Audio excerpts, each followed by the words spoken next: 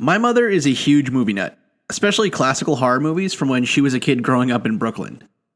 And so when I grew up, we were always watching older movies, usually found at dollar stores and other discount places in the dollar bin.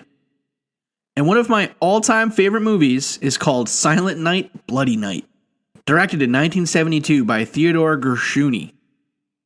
The movie starts with a snowy scene, showing a house in a country setting. And walking into this first scene is a guy that is, for no apparent reason, on fire. He just shows up on fire. That's how he just kind of walks into frame. And he's running through the snow towards this house, just sort of aflame. Not really screaming or anything, but sort of seeming kind of unhappy with the fire. And he gets into the house somehow, and it cuts back outside. So you're looking at the snow in the house, whatever. And it's seeing, like, you can see the downstairs windows. And you actually see him run past the window while on fire. He eventually falls over, and I guess he dies. But I don't think you ever see him again from what I can remember. And I don't think anyone ever mentions him again. I think it was meant to show that the house has a horrible past or something. But it's really just super funny. And even better is at the end credits, the first name that flies past is Adam Stevens, who is credited with being, and I am not even kidding here, he is credited as, and I quote, the Burning Man. So awesome. So this movie shows the lighter side of burning to death in a fire, I guess. No pun intended. But this episode will focus on one of the weirdest sorts of fatalities found in the history books. And I know this episode will probably get pretty gruesome for some of you, so for those of you who are squeamish or easily grossed out, I am going to try and make things as not gross as possible. I will also throw in some helpful cute animal facts when required. This episode will deal with spontaneous human combustion, cases where humans seem to burn up for no apparent reason and without damage to the surrounding area where they seem to die. This phenomena has been known of for a long time, showing up in the works of Charles Dickens and Herman Melville, but scientific explanations have not always been satisfactory. So what is spontaneous human combustion? What is its history? And what are some potential explanations for it? Welcome to the Mad Scientist Podcast. Tonight's episode, Spontaneous Human Combustion.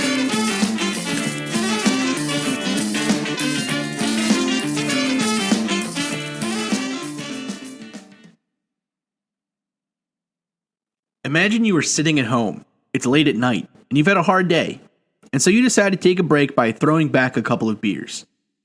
You're sitting there, and as you stare at the TV, you start to drift to sleep.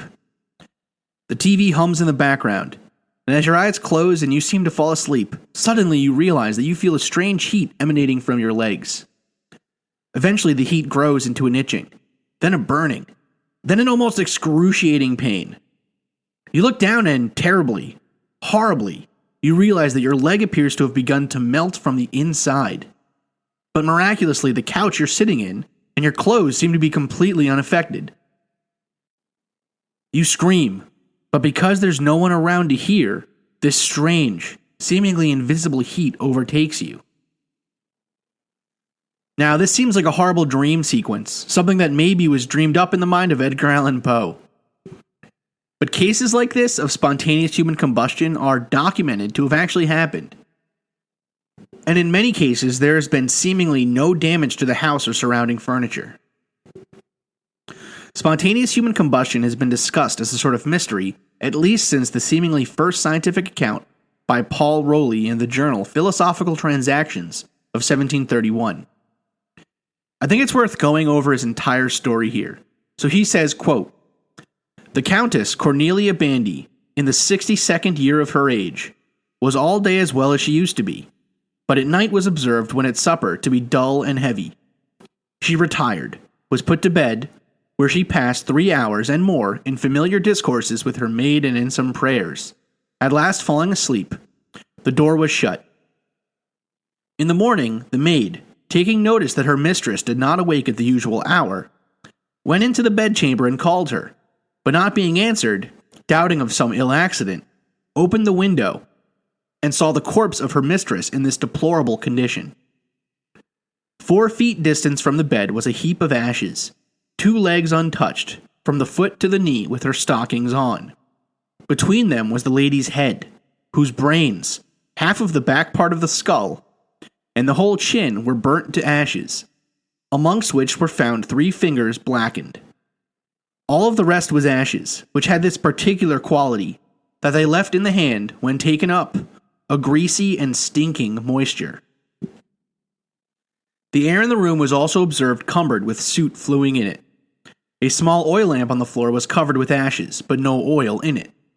2 candles and candlesticks upon a table stood upright. The cotton was left in both, but the tallow was gone and vanished. Somewhat of moisture was about the feet of the candlesticks. The bed received no damage. The blankets and sheets were only raised on one side, as when a person rises up from it or goes in. The whole furniture as well as the bed was spread over with moist and ash-color soot, which had penetrated into the chest of drawers, even to foul the linens. Nay, the soot was also gone into a neighboring kitchen and hung on the walls, movables, and utensils of it.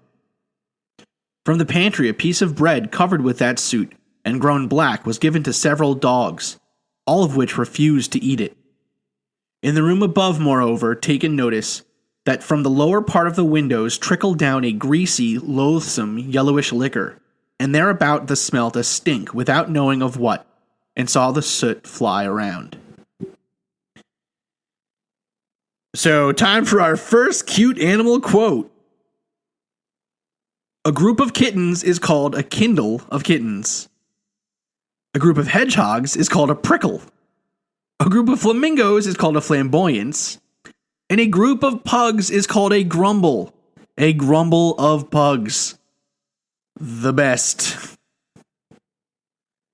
Alright, so a pretty scary thing, really.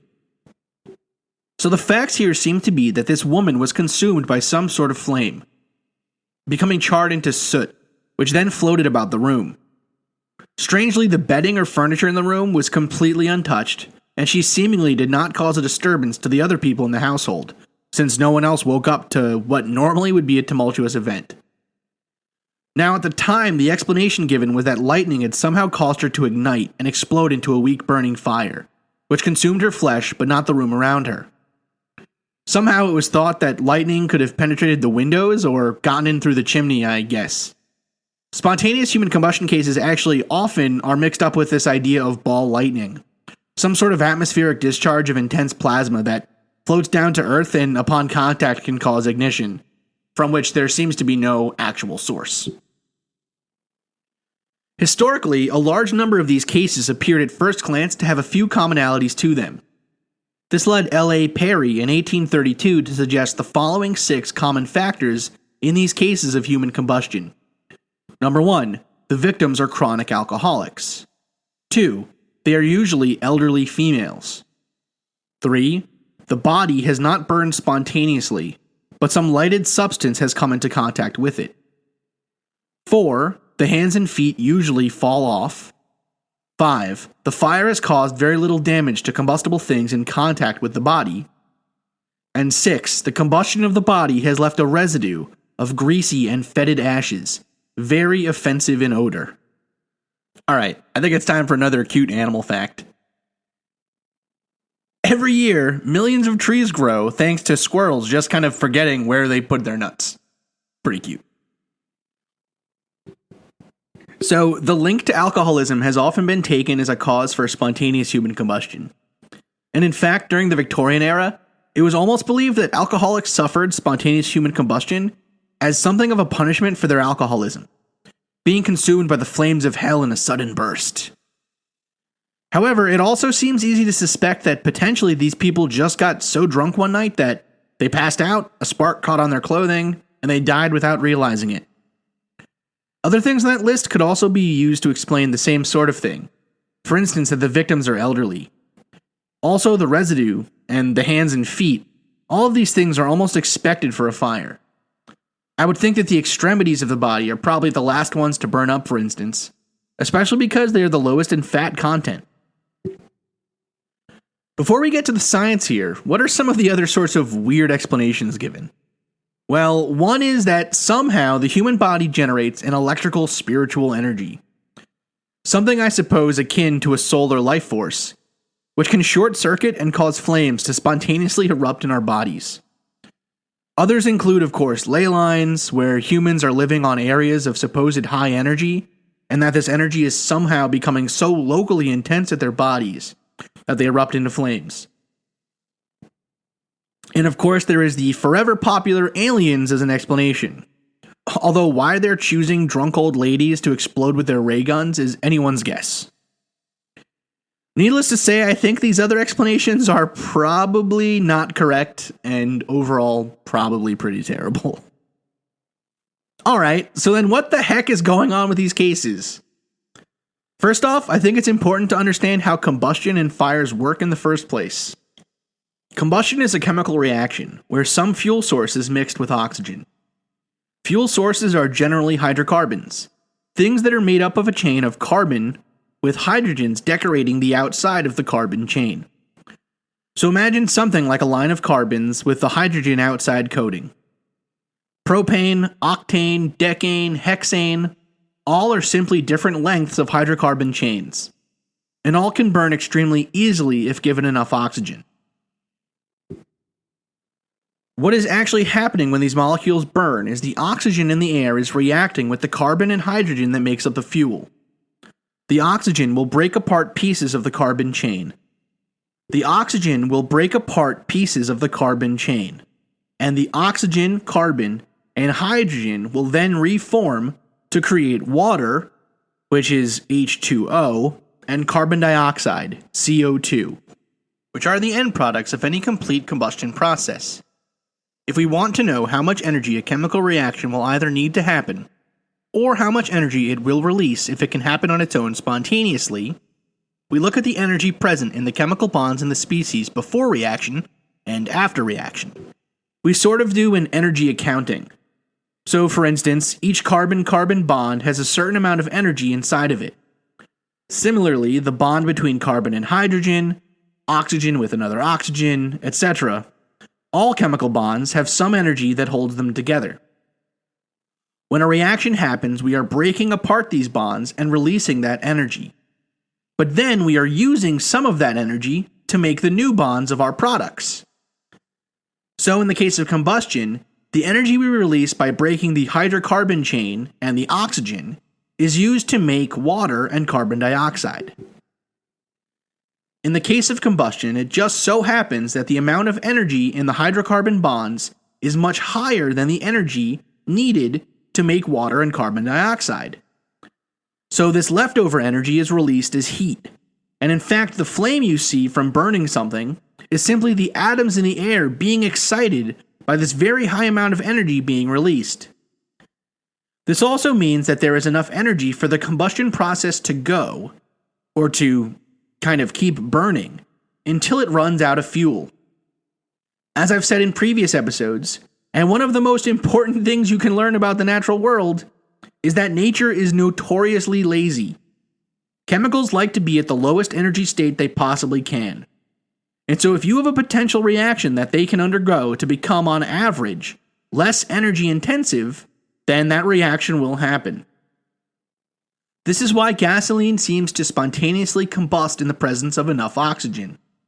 The conditions become just right, and the difference in energy between being burned and being unburned becomes so great that the oxygen in the gasoline will spontaneously combust to get to that burned up state.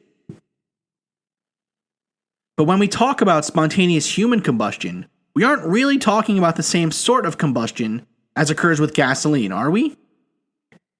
Gasoline spontaneously combusts because it is not as stable chemically as water and carbon dioxide. On the other hand, as anyone who has ever cooked a giant slab of steak can tell you, it takes a huge amount of energy to even begin to change the proteins in the meat to cook it, let alone to set it on fire so that it combusts in the same way as gasoline. So then, what is occurring in these cases of spontaneous human combustion? The most widely stated scientific explanation for these events now are what is known as the Wick effect, W-I-C-K, basically arguing that the human body can act as something like a large candle, with the clothing and small items around the body acting as the wick. Alright, then first we need to figure out how a candle actually works. A candle is composed of two pieces: paraffin wax, which is a hydrocarbon, just like other sources of fuel, and the second object is the wick, usually a piece of string or some other material that can absorb the liquid wax when it melts. In fact, paraffin wax is produced from crude oil, just like your car fuel or kerosene or butane or propane. It's just paraffin wax is a really long chain hydrocarbon. The thing that is burning in a candle is actually the wax vapor, which is coming off the very top of the wick, becoming hot enough only at this spot to combust.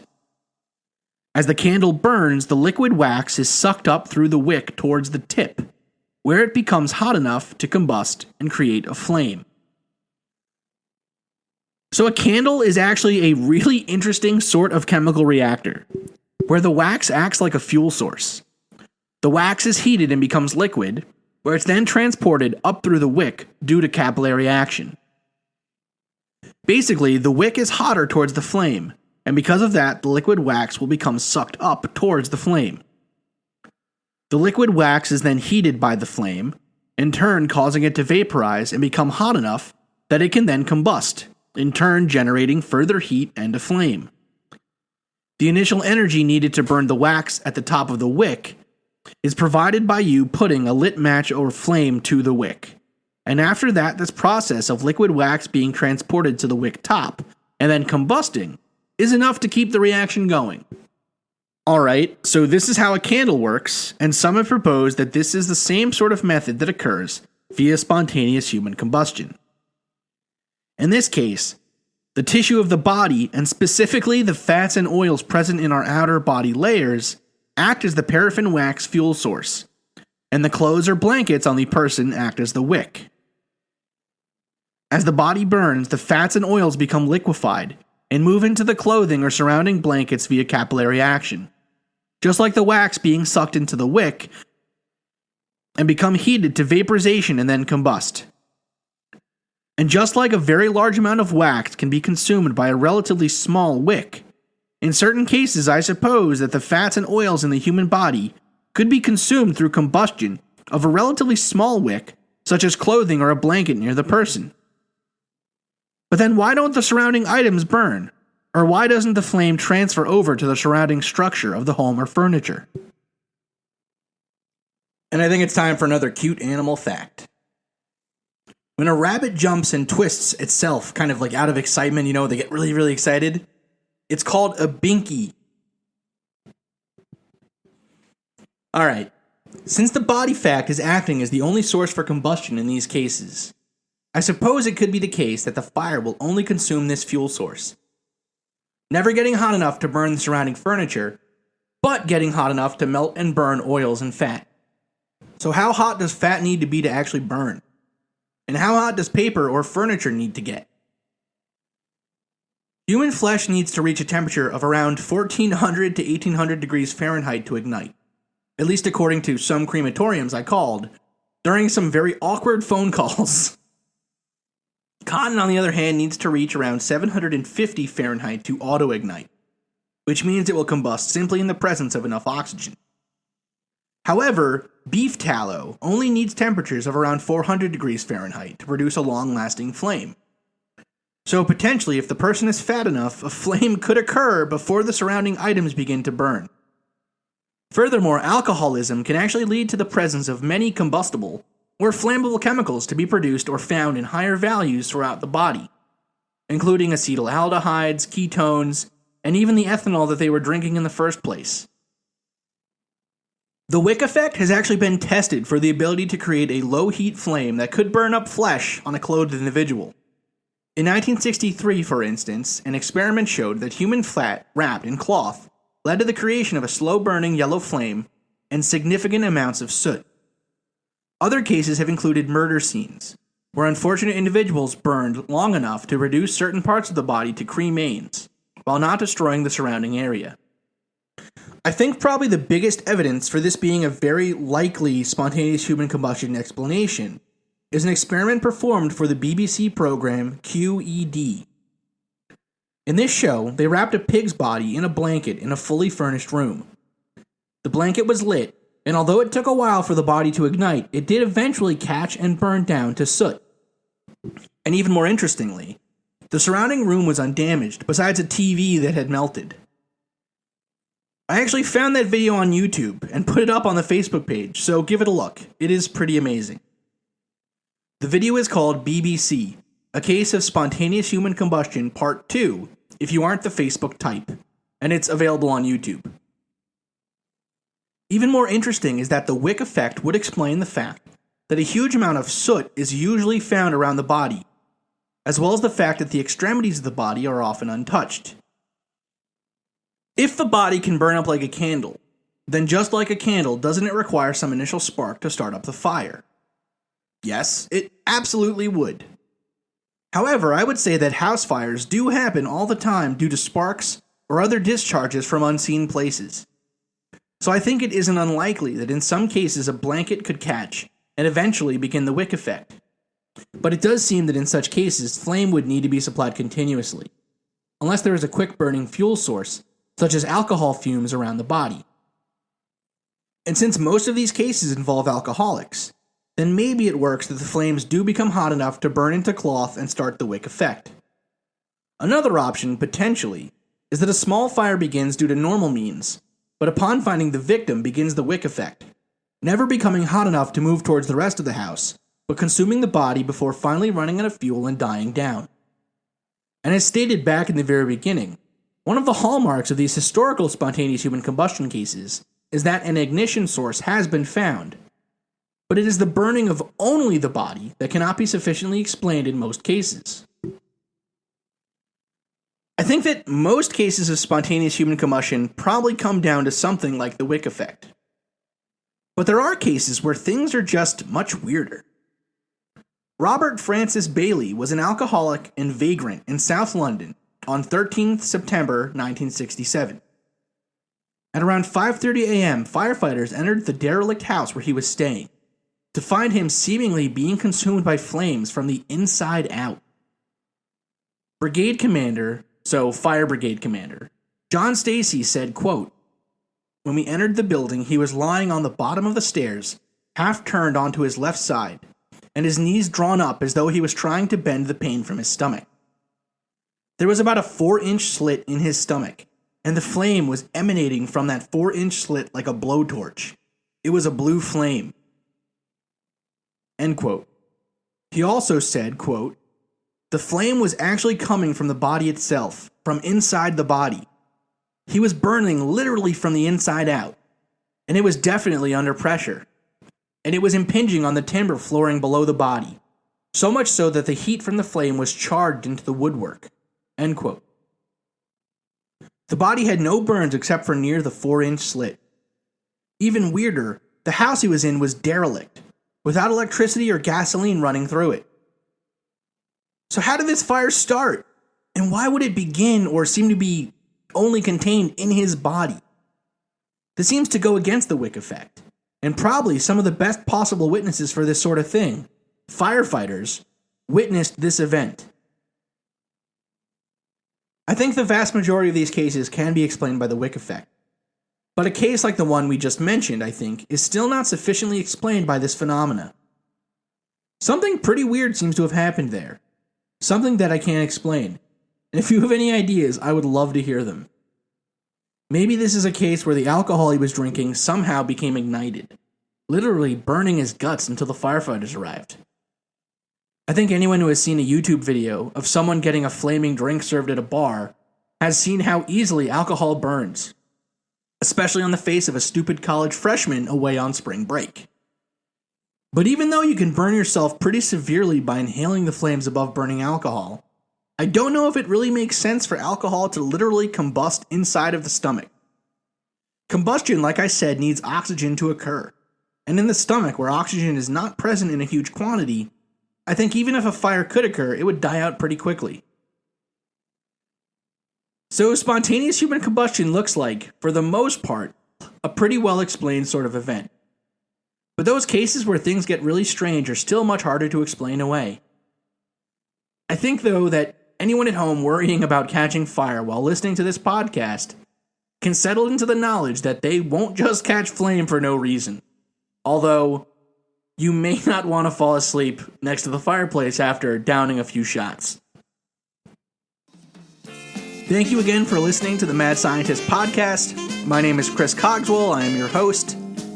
For questions or comments, you can find me on Podbean, on Twitter, on Instagram, and on Facebook. Thanks for listening, and I will be back in 2 weeks with the next episode.